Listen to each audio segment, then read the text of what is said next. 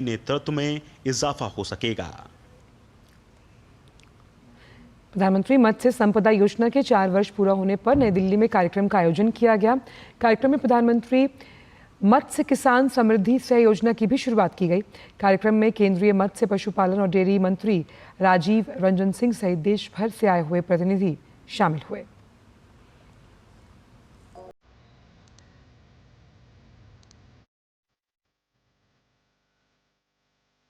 प्रधानमंत्री मत्स्य संपदा योजना के 4 वर्ष पूरे होने पर नई दिल्ली में कार्यक्रम का आयोजन किया गया।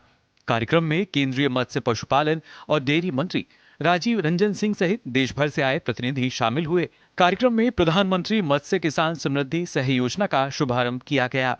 साथ ही मत्स्य क्षेत्र में उत्पादन और प्रसंस्करण क्लस्टरों पर मानक संचालन प्रक्रिया भी जारी की गई।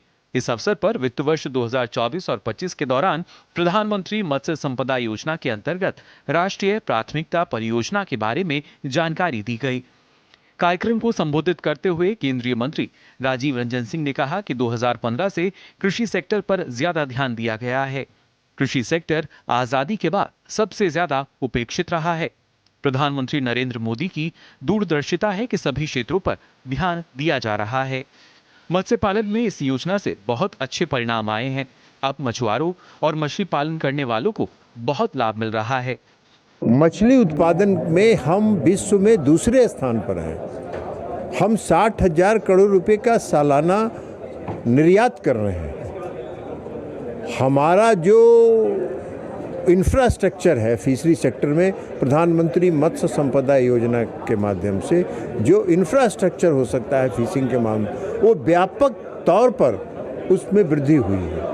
नेशनल डिजिटल प्लेटफॉर्म का भी हुआ, जिसमें के माध्यम से जो फिश सेक्टर से जुड़े मछुआरे भाई जो हैं, वो जो असंगठित क्षेत्र में हैं, उनको संगठित क्षेत्र में लाने के लिए, उनको असंगठित क्षेत्र में लाने के लिए रजिस्ट्रेशन की सुविधा है। इसमें स्टार्टअप्स को प्रोत्साहन मिलेगा। केंद्रीय मत्स्य पशुपालन और डेयरी राज्य मंत्री जॉर्ज कुरियन ने कहा कि देश प्रधानमंत्री की दूरदर्शिता से आज कृषि और उससे जुड़े सभी क्षेत्रों में विकास को गति मिली है। Within 100 days, 2,100 crore rupees.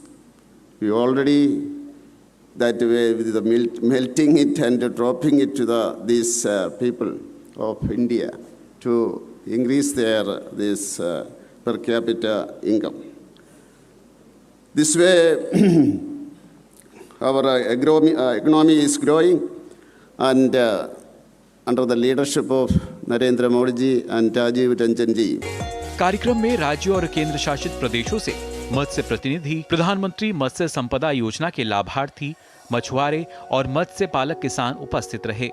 देश भर से आए मछुआरों का कहना है प्रधानमंत्री मत्स्य संपदा योजना से उन्हें बड़ा फायदा हुआ है और उनके जीवन में बड़ा बदलाव आया है। ये पीएमएमएसवाई का जो महत्वपूर्ण है, ये हम भारत सरकार को धन्यवाद देना चाहता है। हम बहुत आभारी है प्रधानमंत्री जी का।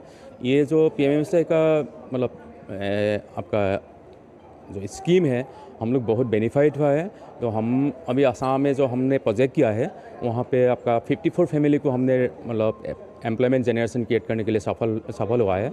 सरकारी तालाब है हमारे पास और हमें खेती से भी ज़्यादा आमदनी नहीं हो रही है उसमें। सरकार जो योजना दे रही है, उनसे किसानों को बहुत बड़ा लाभ हो रहा है। हमारा जो पानी है, हमारे यहाँ का पानी बहुत बेस्ट है।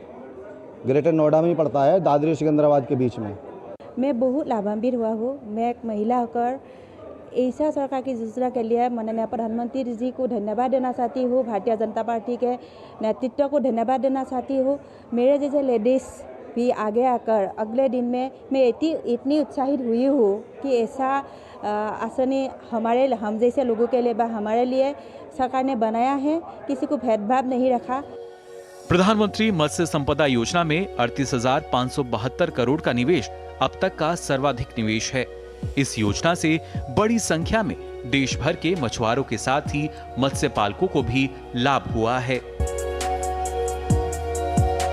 इस योजना का ही परिणाम है कि पिछले कुछ वर्षों में भारत मछली उत्पादन में दुनिया में दूसरे नंबर पर पहुंच गया है। साथ ही निर्यात में भी काफी बढ़ोतरी दर्ज की गई है।